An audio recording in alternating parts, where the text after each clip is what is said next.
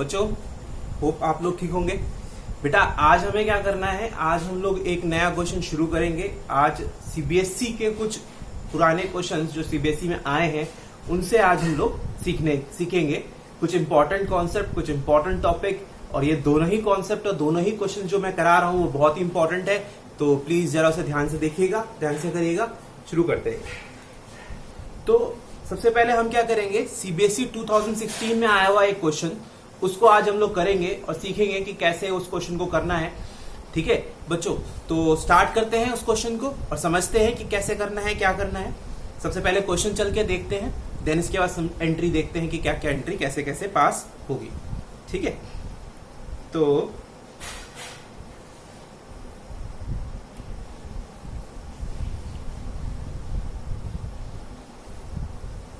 Okay, तो बेटा आपके सामने क्वेश्चन दिख रहा है। क्वेश्चन ये है, लाल एंड पाल वर पार्टनर्स। लाल और पाल क्या थे बेटा? पार्टनर्स थे। They were sharing profit and losses in the ratio of 3:7। वो प्रॉफिट शेयरिंग कर रहे थे 3:7 और 1 अप्रैल 2015 their balance sheet was dissolve. और उनकी बैलेंस शीट क्या हो गई? डिसॉल्व हो गई।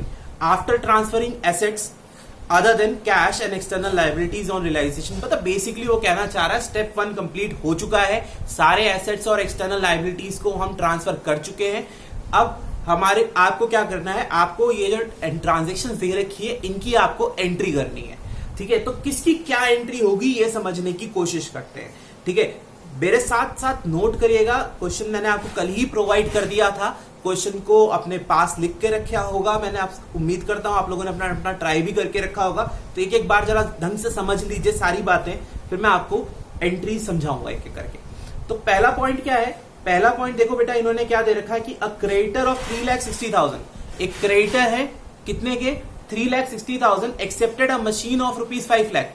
मतलब एक बंदा था जिसको हमने पेमेंट करनी थी 3,60,000, वो बंदा हमारी मशीनरी ले गया। मशीनरी हमारी कितने की थी? 5 लाख रुपए की। तो ऑब्वियस बात है, हमने उससे क्या कहा कि ला भाई 1,40,000 रुपए दे।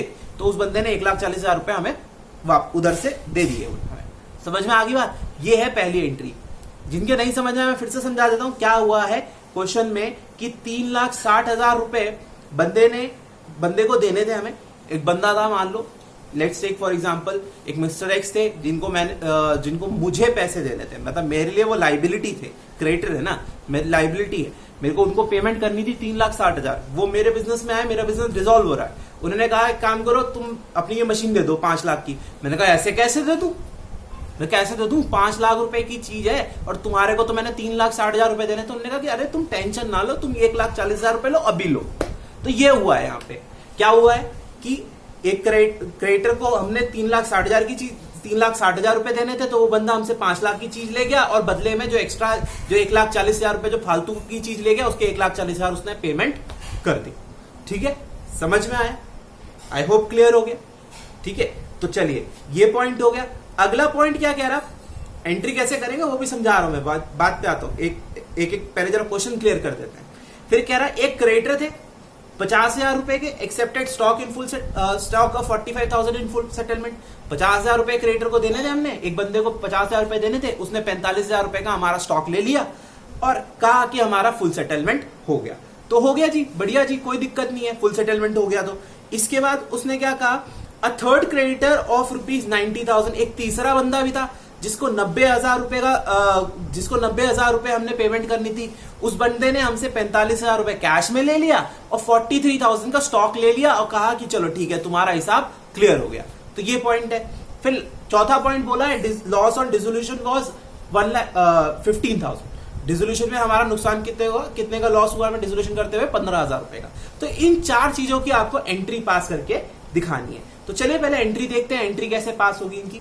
ओके बच्चों, तो सबसे पहले क्या दे रखा था? सबसे पहले इसमें जो पॉइंट दे रखा था आपके पास क्वेश्चन में वो ये था कि क्रेडिटर 3,60,000 वाला जिसने 5 लाख रुपए की वो हमारी मशीनरी ले गया और 1,40,000 रुपए उसने हमें पे कर दिए। तो देखो बेटा, जो मैंने तुम्हें एक बात समझाई थी, अगर लाइबिलिटी कोई एसेट लेकर जाती है तो हम उसकी कोई एंट्री पास नहीं करते। तो जो 3,60,000 रुपए का सेटलमेंट हुआ ना, उसकी कोई एंट्री पास नहीं होगी।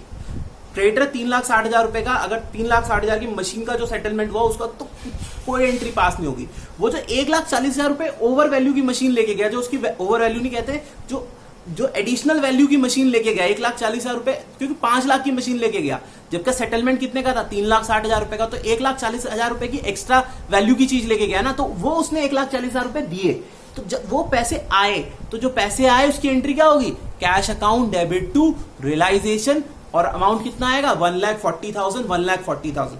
बेटा याद रखना, मैंने जो आपको बात समझाई थी, क्या एसेट अगर कोई लायबिलिटी ले जाता है सेटलमेंट की, तो उसकी कोई एंट्री पास नहीं करनी। तो इसीलिए जो 3,60,000 का जो सेटलमेंट हुआ, उस 5 लाख की मशीन में जो 3,60,000 का सेटलमेंट हुआ, उसकी तो कोई एंट्री नहीं करनी। हाँ, जो वो 1,40,000 रुपए उसने जो हमें दिए हैं, उसको तो रिकॉर्ड करना पड़ेगा। पैसा तो आ रहा है ना, वो तो रिकॉर्ड करोगे। और पैसा जब भी आता है तो एंट्री क्या रिकॉर्ड करते हैं, एंट्री होती है आपकी cash account debit to realisation account. तो ये आपकी एंट्री आ गई, आपकी स्क्रीन पे दिख रही है, cash account debit to realisation account. समझ में आया बच्चों, क्लियर हो गया, कोई दिक्कत आई होप यहां तक नहीं हुई। अच्छा जी, अगला पॉइंट क्या था, अगला पॉइंट क्या था कि एक सेकंड क्रेडिटर है 50,000 रुपए का, और उस बंदे ने 45,000 रुपए का आपका क्या ले लिया, स्टॉक ले लिया in full settlement. Liability asset ले गई, कम का ले गई, ज्यादा का ले गई, इससे हमें कोई फर्क पड़ता नहीं, हमें फायदा नुकसान देखना नहीं, ठीक है। लेकिन लाइबिलिटी एसेट ले गई, कोई पैसे का आने जाने का ट्रीटमेंट नहीं हो रहा, कोई पैसा नहीं आ रहा, कोई पैसा नहीं जा रहा, तो बात ठीक है भाई, कोई पैसा आ नहीं रहा, कोई जा नहीं रहा, तो हमें कौन सी टेंशन है, ठीक है, जाओ, बढ़िया है, कोई दिक्कत नहीं, इसकी कोई एंट्री रिकॉर्ड नहीं है, इसकी नो एंट्री, कोई एंट्री नहीं करनी है। समझ में आया बेटा। अब आते हैं थर्ड पॉइंट। थर्ड पॉइंट पे क्या कह रहा है, 90,000 का क्रेडिटर है, 45,000 रुपए उसे कैश में चाहिए, दे देंगे, पैसा जा रहा है, पैसा जा रहा है, कैश तो कैश पैसा आएगा, कैश टू रियलाइजेशन, पैसा जाएगा, रियलाइजेशन टू कैश, समझाया था ना मैंने, वही करना है। 45,000 रुपए वो कैश में ले जा रहा है, तो उसकी तो एंट्री कर दो। उसकी एंट्री क्या होगी, realisation account debit to cash account 45,000 और कह रहा है बाकी 45,000 के लिए, क्योंकि 90,000 का क्रेडिटर है, 45 तो उसने कैश में ले लिए, 45,000 तो कैश में ले लिए, बाकी का जो रिमेनिंग 45,000 है उसके लिए उसने 43,000 का स्टॉक लिया इन सेटलमेंट। बट ठीक है भाई, अब इस पॉइंट में क्या हुआ, इसमें लाइबिलिटी एसेट ले जा रही है, लाइबिलिटी एसेट ले जा रही है, लाइबिलिटी एसेट ले जा रही, तो फिर हमें कोई दिक्कत ही नहीं है, क्योंकि अगर लाइबिलिटी एसेट ले जाए सेटलमेंट के लिए तो हमें कोई एंट्री पास करनी नहीं होती। हमें अगर पैसा इन्वॉल्व हो जाए तो एंट्री करेंगे हम, अगर हमें पैसा देना पड़े या पैसा आए तो रिकॉर्ड करेंगे। पैसा आएगा तो कैश टू रियलाइजेशन, पैसा जाएगा रियलाइजेशन टू कैश। सिंपल बेटा, सिंपल, इससे आसान तो कुछ हो ही नहीं सकता, ठीक है। पता नहीं बच्चे इसमें क्यों कंफ्यूज होते हैं इतना। फिर चौथा पॉइंट है बेटा, लॉस हो गया। अच्छा जी, लॉस हो गया, कितने का लॉस है, 15,000 का लॉस है, कह रहे एंट्री करो। अरे मेरे बच्चे तो आराम से कर देंगे, क्या बात कर रहे हो, इतने तब समझा रखा मैंने। क्या लॉस होता है तो क्या करना होता है, बताओ भाई, ये लोग हमें हल्के में लेते हैं। बताओ बताओ क्या होता है, लॉस होता है तो क्या करना है, मतलब हमें लॉस होता है तो पार्टनर्स कैपिटल हमें क्या करनी होती है, डेबिट करनी होती है। रेशियो तो स्टार्टिंग में क्वेश्चन में बता दिया था 3:7, तो 3:7 में डेबिट कर लो। लाल और पाल की कैपिटल, लाल कैपिटल पाल कैपिटल डेबिट कर लो 3:7 में। 3:7 में आप इन्हें डेबिट करिए, लाल की कैपिटल कितनी है, पाल की कैपिटल कितनी है, उन्हें डेबिट करिए और रियलाइजेशन को क्रेडिट कर दीजिए। लॉस कितने का बताया, 15,000 रुपए। 3:7 में बांट देते हैं, लाल में 4,500, पाल में 7/10 और 15,000 दैट इज 10,500। एंट्री क्या होगी, एंट्री बेटा ये होगी, लाल कैपिटल अकाउंट डेबिट, पाल कैपिटल अकाउंट डेबिट। लाल कैपिटल कितने से, 4,500 से, पाल कैपिटल कितने से डेबिट, 15,000 से डेबिट, हो गई एंट्री। दैट्स इट, सिंपल, कोई दिक्कत नहीं, ठीक है बच्चों।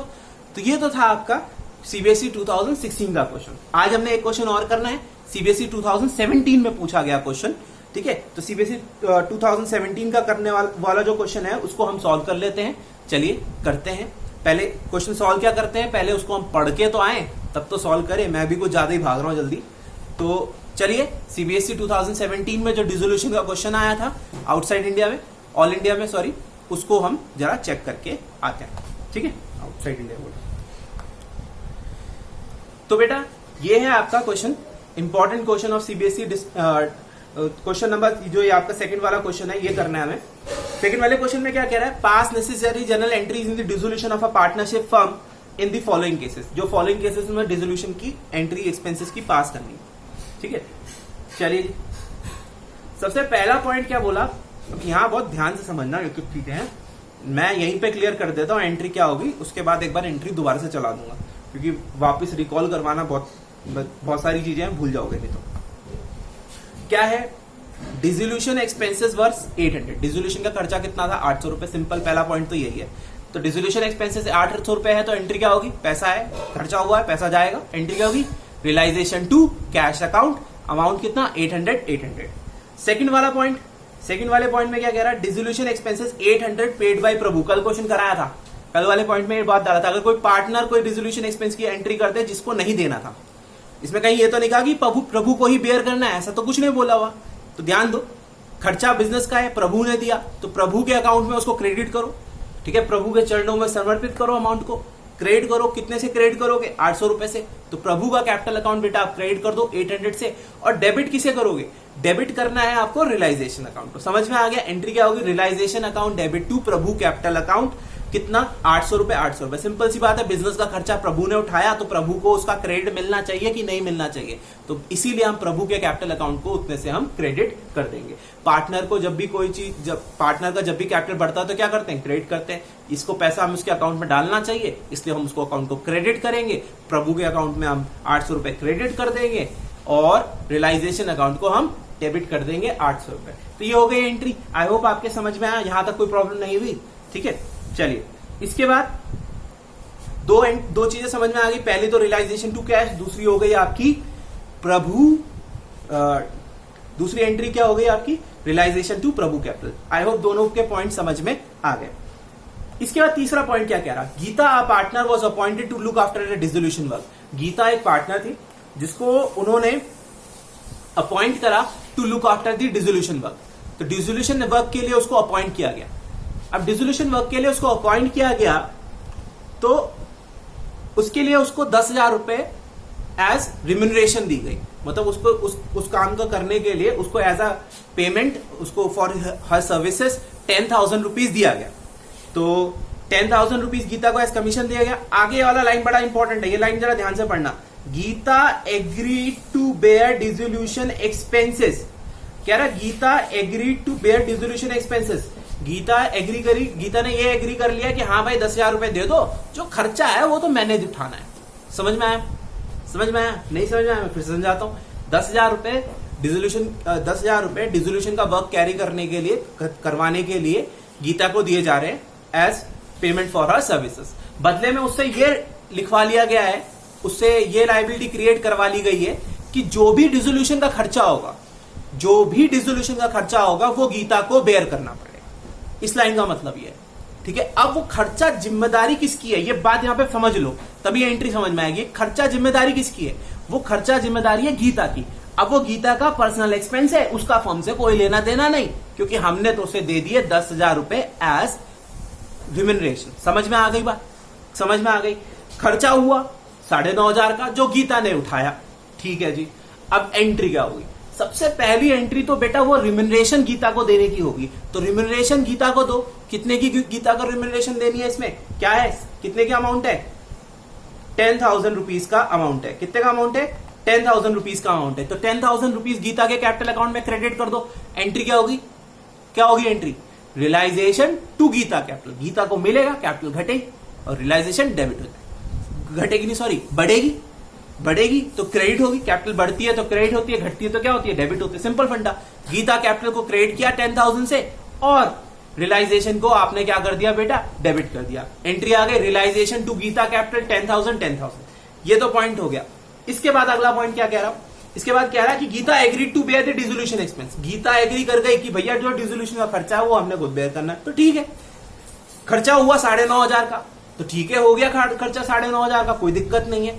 अब क्वेश्चन में क्या कहा, वर्क पेड बाय गीता, तो इसमें हमें क्या दिक्कत है भाई, यही तो बात हुई थी, इसकी हम क्यों एंट्री करें। समझ में आ गया, इसकी एंट्री नहीं होगी, सिर्फ एक एंट्री होगी, गीता को 10,000 रुपए रिम्यूनरेशन देने का, जिसकी एंट्री क्या है, realisation to Geeta capital 10,000।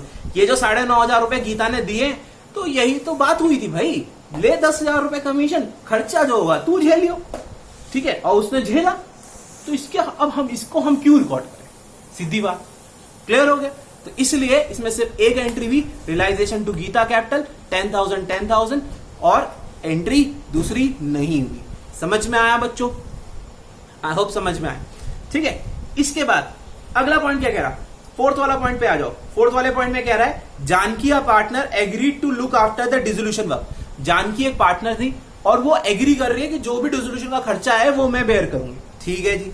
For a commission of 5000, इसके लिए उसे 5000 रुपए का कमीशन चाहिए। कोई दिक्कत नहीं, ले लो 5000 रुपए कमीशन ले लो जानकी की। एंट्री क्या होगी, अभी समझाया ना, कमीशन है ना, फटाफट दे दो। कमीशन की तो एंट्री करी तो फटाफट। क्या एंट्री होती है, पार्टनर को कमीशन देना है, कैपिटल बढ़ेगी, Janaki capital credit, realisation debit. लिखो फटाफट, realisation to Janaki capital 5000 entry हो गई, कमीशन दे दिया 5000 रुपए का। इसमें भी देखो वही बात लिखी है कि Janaki agree to bear dissolution expenses. Janaki agree करती है कि जो भी डिसोल्यूशन का खर्चा होगा वो बेयर करेगी, यानी हमने 5000 कमीशन दे दिया, अब जो खर्चा किसकी जिम्मेदारी, जानकी की जिम्मेदारी। ठीक है जी। अब क्या बोला उसने, actual dissolution expenses ₹5500 paid by Mohan a partner on behalf of Janaki. देखो हुआ क्या, इन लाइनों को जरा ध्यान से पढ़ो। ठीक है, क्या हुआ, मोहन कौन, मोहन एक पार्टनर था।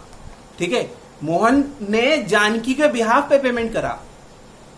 ठीक है, अब इसकी तुम्हें एंट्री करनी है। शायद तुम्हें समझ नहीं आया, मैं चलो तुम्हें एक एग्जांपल देकर समझाता हूं। मान लो जानकी और मोहन क्या होंगे, पार्टनर होंगे। ठीक है, अब क्या हुआ, जानकी ने कमीशन ले लिया 5000 रुपए, अब उसको पेमेंट करनी थी रियलाइजेशन की। रियलाइजेशन जब पेमेंट करने का टाइम आया, जब पैसे देने होंगे, तो जानकी ने कहा मोहन तू दे दे भाई तू दे दे, बाद में हम आपस में हिसाब कर लेंगे। ये हो गया। अब मोहन ने पेमेंट कर दी, कितने की थी, 5500 रुपए की पेमेंट मोहन ने अपनी जेब से कर दी। मोहन कौन, एक पार्टनर। ठीक है, समझ में आया। तो ये सिनेरियो हुआ। कमीशन किसने लिया, जानकी ने लिया। क्या कह के लिया कि जो भी खर्चा मेरी जिम्मेदारी। खर्चा जब देने की बारी आई तो जानकी ने नहीं पेमेंट करी। पेमेंट किसने करी, मोहन एक दूसरे पार्टनर ने पेमेंट कर दी, जानकी ने नहीं करी, मोहन से करवा दी। अब तुम्हें क्या करना है, ठीक है, तुम्हें जानकी समझ में आया, मोहन समझ में आया। अब तुम बताओ तुम कौन हो, तुम कौन हो, तुम कौन हो, तुम हो बेटा यहाँ पे इंसाफ करने वाले जज बन गए हो। ठीक है, अब तुम्हें इंसाफ करना है, तुम्हें एंट्री के थ्रू इंसाफ करो। यहाँ पर कैसे इंसाफ करोगे भाई, मोहन को इंसाफ दिलाओ। मोहन, ये जो हुआ है इस ट्रांजैक्शन को रिकॉर्ड करो। कैसे रिकॉर्ड करोगे तुम बताओ, कैसे करोगे।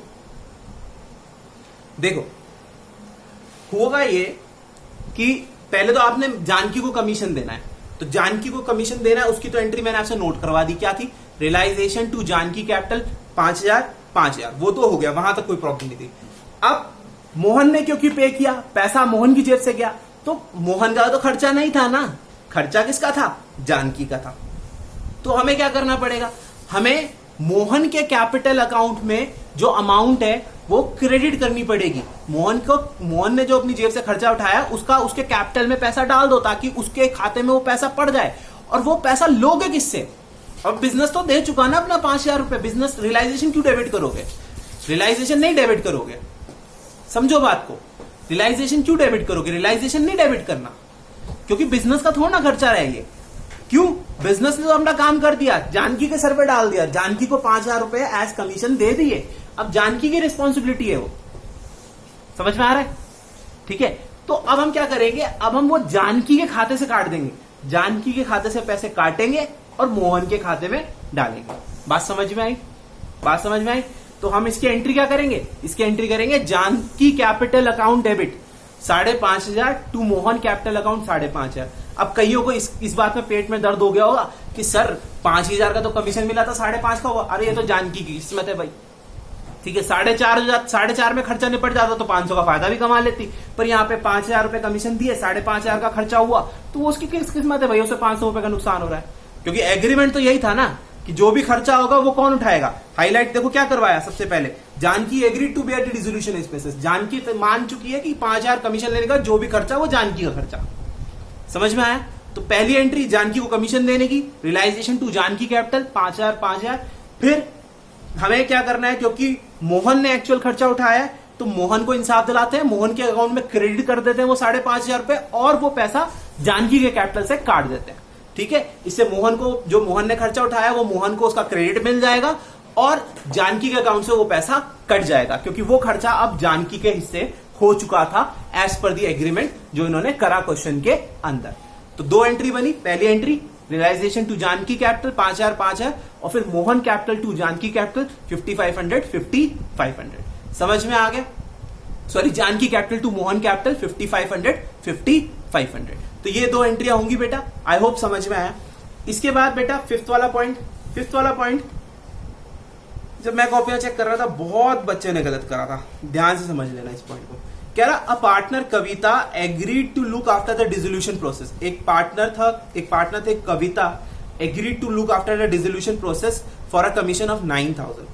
ठीक है, एक पार्टनर थे Kavita which agreed to look after the dissolution process for a commission of 9,000। मतलब फिर से वही पॉइंट पंगा है, कविता तैयार हो गई है, हाँ जी मैं करूंगी सारा डिसोल्यूशन का प्रोसेस और मेरे को इसके लिए क्या लगेगा 9,000 रुपए का कमीशन लगेगा। तो उसको 9,000 रुपए तुम उसको कमीशन दे देना। कमीशन दे दो। चलो अभी एंट्री पास कर लो आगे बढ़ने से पहले। Realisation to Kavita capital 9,000। ठीक है बेटा, कर दिया। आई होप लिख लिया होगा। इसके बाद क्या बोला उसने? इसके बाद बोला she also agreed to bear the dissolution expenses. फिर यही बात आ गई। क्या बात आ गई? कि उसने कहा है अब जो भी खर्चा होगा वो उसका पर्सनल खर्चा होगा, बिजनेस से उसका कोई लेना देना नहीं है। फिर Kavita took over furniture of 9,000 for her commission. और कविता ने 9,000 रुपए कविता ने टुक ओवर कर लिए 9,000 फॉर हर कमीशन। तो कविता ने 9,000 रुपीज का फर्नीचर टेक ओवर कर लिया फॉर हर कमीशन। अब बात यहाँ पे फोकस ये करो, देखो एक बार तुमने तो कमीशन दे दिया था, कमीशन उसके अकाउंट में क्रेडिट हो गया 9,000 का। एंट्री क्या बनी? Realisation to Kavita capital 9,000। लेकिन कविता ने क्या किया? अब उसने कहा कि पता नहीं वो तो हिसाब होता रहेगा, मैं 9,000 रुपए का फर्नीचर ले जाती हूं for as in return of my, क्या कहते हैं, in consideration of my commission. ठीक है, तो अपने कमीशन के कंसिडरेशन में वो 9,000 रुपए का फर्नीचर ले गई। ठीक है, तो ले गई। अब क्या होगा? देखो हमने तो क्योंकि ऑलरेडी उसके अकाउंट में क्रेडिट कर दिया रियलाइजेशन टू कविता कैपिटल 9,000। अब वो फर्नीचर भी ले गई इसी चीज के लिए, तो अब हम क्या करेंगे? वो अमाउंट काट लेंगे। वैसे भी पार्टनर एसेट लेके जाता तो एंट्री क्या होती है? Partner capital to realisation. तो एंट्री करो पास, एक और एंट्री पास करो। पहली एंट्री क्या थी? Realisation to Kavita capital 9,000। और दूसरी एंट्री क्या होगी? Realisation to Kavita capital 9,000। दूसरी एंट्री क्या होगी? कविता के कैपिटल से पैसा काट दिया जाएगा 9,000 रुपए, क्योंकि वो 9,000 रुपए का फर्नीचर ले गई। Kavita capital account debit to realisation 9,000। तो दो एंट्री होगी। अच्छा, कई लोगों ने इसमें नो एंट्री भी लिखा, वो भी चलेगा। बात तो वही है ना बेटा, पहले कविता के कैपिटल में क्रेडिट किया 9,000 रुपए कमीशन, फिर उसने 9,000 रुपए का एसेट निकाल लिया तो वो उसके अकाउंट से काट दिया, तब कविता के कैपिटल डेबिट कर दिया। पहली एंट्री थी रियलाइजेशन टू कविता, दूसरी एंट्री थी कविता टू रियलाइजेशन। वही एंट्री और उसकी रिवर्स एंट्री। तो नो एंट्री भी लिख दो तो भी चलेगा। ठीक है, और ये दोनों एंट्री पास कर दोगे तो भी चलेगा। दोनों ही आंसर एक्सेप्टेबल है। फिर इसके बाद अगला पॉइंट क्या था, ये भी थोड़ा ध्यान देना। एक डेटर था, एक बंदा था जिसने मुझे पैसे देने थे। कितने पैसे देने थे? 19,000 रुपए देने थे। एक फर्म को 19,000 रुपए देने थे। उसी से हमने कहा कि तू भाई डिसोल्यूशन का काम करा दे, और डिसोल्यूशन का जो भी होगा तू देख लियो, हमसे कोई मतलब नहीं है। कम हुआ तो तेरा फायदा, ज्यादा हुआ तो तेरा नुकसान। ठीक है, यही बात कही गई। अ debtor Ravinder for rupees 19,000 agreed to pay dissolution expenses which were 18,000 in full settlement of the debt. ठीक है, which were 18,000 in full settlement of the debt. तो हमने उससे कहा, रविंदर से कहा कि रविंदर एक काम कर, तू पेमेंट कर दे, तू हमारी पेमेंट कर दे। ये जो हमें 18,000 रुपए देने हैं तू दे दे, डिसोल्यूशन के खर्चे का पेमेंट तू कर दे, और हम जो तेरा हिसाब है हमारी किताब में वो निपट गया। ठीक है जी। पहली बात मैंने तुम्हें याद करो, मैंने चैप्टर की स्टार्टिंग में समझाई, तुम्हें ये सोचना ही नहीं है तुम्हें प्रॉफिट हो रहा है लॉस हो रहा है। ठीक है, डेटर अकाउंट्स हम क्लोज कर चुके हैं। हमें जो भी एंट्री पास करनी है ना, वो एंट्री अब कहां से पास होगी? वो पास होगी या तो रियलाइजेशन से, या पार्टनर्स कैपिटल से, या फिर कैश बैंक, और rarest of the rare case में अगर पार्टनर का लोन है तो उससे पास होगी एक एंट्री। और इन 4 अकाउंट के अलावा और कोई अकाउंट से आप एंट्री पास कर नहीं सकते, क्योंकि अगर आपने कोई और अकाउंट ओपन किया तो आपकी बुक में फिर से एक और अकाउंट ओपन हो जाएगा, वो आपको करना नहीं है। अब देखो, अब इस सिचुएशन में करोगे क्या? आपने रियलाइजेशन में ट्रांसफर क्या किया था? आपने सारे एसेट्स, सारी एक्सटर्नल लायबिलिटी रियलाइजेशन में ट्रांसफर कर दी थी, और अभी जो पोस्ट क्लोजर ऑफ बुक जो भी अगर कोई नुकसान, कोई खर्चा वर्चा हो भी रहा है, वो भी तुम रियलाइजेशन में ही ट्रांसफर कर रहे हो। नॉर्मल केस में तुम इसकी एंट्री क्या बनाते? एक डेटर से हमने अपना डिसोल्यूशन एक्सपेंस पेमेंट करवा दी, इसकी क्या एंट्री बनाते? अगर तुम ये सब ना भी हो रहा था, मान लो कोई एक्सपेंस है, इसकी आप कोई एंट्री करा रहे होते, तो आप एंट्री क्या करते? कैसे करते आप? समझो बात। देखो बहुत सिंपल तरीका है, आप क्या करते, खर्चा था डेबिट करते तो एक्सपेंस अकाउंट डेबिट हो जाता है ना, एक्सपेंस अकाउंट डेबिट हो जाता, एक्सपेंसेस डेबिट होते हैं। और क्योंकि एसेट आपका घट गया, अब आप रविंदर से आपने कहा कि तू पेमेंट खर्चा, तू हमारा ये खर्चा देख ले और हमारा तेरे अकाउंट में हिसाब गया, खत्म हो गया, सेटलमेंट हो गया, तो एसेट चला गया, एसेट घट गया। एसेट जब भी डिक्रीज होता है तो क्या होता है, क्रेडिट होता है, तो डेटर क्रेडिट होता और एक्सपेंस अकाउंट डेबिट होता, ये एंट्री होती। अब पंगा क्या है, एक्सपेंस आप ओपन कर नहीं सकते क्योंकि आप बुक क्लोज कर सकते, एक्सपेंस की जगह क्या लिखोगे, रियलाइजेशन, और डेटर की जगह पे, डेटर भी सारे एसेट्स कहां ट्रांसफर हो चुके हैं, रियलाइजेशन, तो उनके जगह पे भी क्या आना है, रियलाइजेशन ही आना है। तो रियलाइजेशन अकाउंट ही डेबिट होना है और रियलाइजेशन अकाउंट ही आपका क्रेडिट होना है। बात समझ में आ रही है? समझ में आ रही है? रियलाइजेशन अकाउंट ही आपका डेबिट होना है, रियलाइजेशन अकाउंट ही आपका क्रेडिट होना है। तो ऐसी कौन सी एंट्री हुई भाई? तो इसीलिए इसकी कोई एंट्री रिकॉर्ड नहीं होगी। आई होप बात आपके समझ में आई, आपको लॉजिक क्लियर हुआ क्यों उसमें एंट्री रिकॉर्ड नहीं होगी। 6 वाले केस में कोई एंट्री रिकॉर्ड नहीं होगी क्योंकि खर्चे के लिए भी डिसोल्यूशन जाएगा और एक्सपेंस और डेटर के लिए भी, खर्चे के लिए भी रियलाइजेशन आएगा, सॉरी, और एसेट्स के लिए भी रियलाइजेशन आएगा। तो दोनों ही केसेस में रियलाइजेशन आएगा। समझ में आ रही है बात? तो इसलिए जब दोनों ही केसेस में अगर रियलाइजेशन आएगा, अगर दोनों ही केसेस में रियलाइजेशन आएगा तो इसका मतलब सिंपल है, इसका मतलब बहुत सीधा साधा यही है कि अगर दोनों ही केसेस में रियलाइजेशन आएगा तो आपको एंट्री पास करने की जरूरत ही नहीं है, इट इज नो एंट्री। ठीक है, आई होप आपके समझ में आया। चलो एक बार बेटा इन सबकी एंट्रीज भी देख लेते हैं, एंट्रीज कैसे कैसे आएगी, क्या क्या आएगी।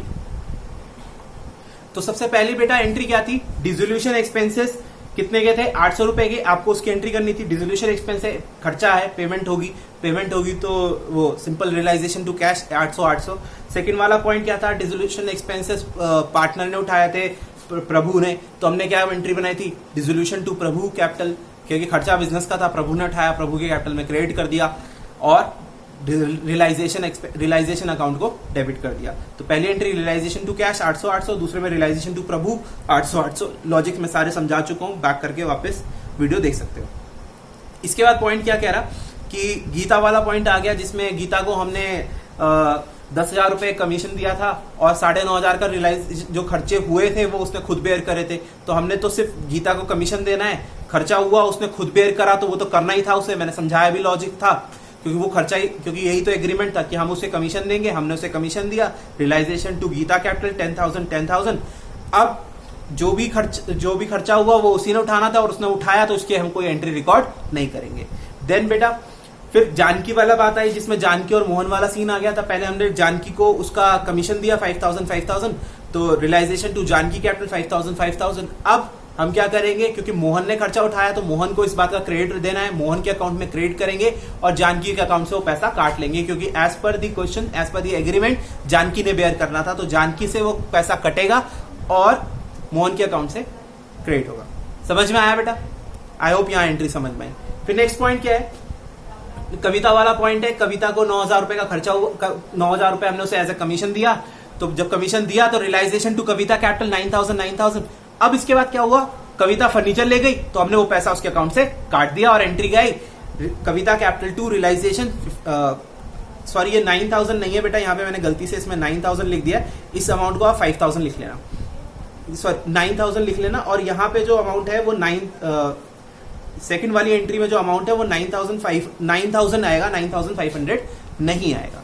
ठीक है, इसके बाद 6 वाले केस में मैंने बताया कोई एंट्री ही नहीं पास होगी, क्योंकि डेटर है और रियलाइजेशन एक्सपेंस दोनों ही रियलाइजेशन में जाते हैं, अगर आप उसकी एंट्री पास करने भी लगेंगे तो कोई एंट्री नहीं आएगी। ठीक है, तो इस तरह से आपकी एंट्री होगी। याद रखना ये बेटा, ये कविता कैपिटल टू रियलाइजेशन, ये यही वाली एंट्री का ही क्लोजर था, जो ये वाली एंट्री थी, इसी का उल्टा, इसी का रिवर्स एंट्री थी। तो यहाँ पे भी अमाउंट 9,000 होना है, गलती से यहाँ पे प्रिंट मैंने टाइप 5,500 ही कर रखा है। आई होप आपके यहाँ तक समझ में आया, कोई दिक्कत नहीं आई।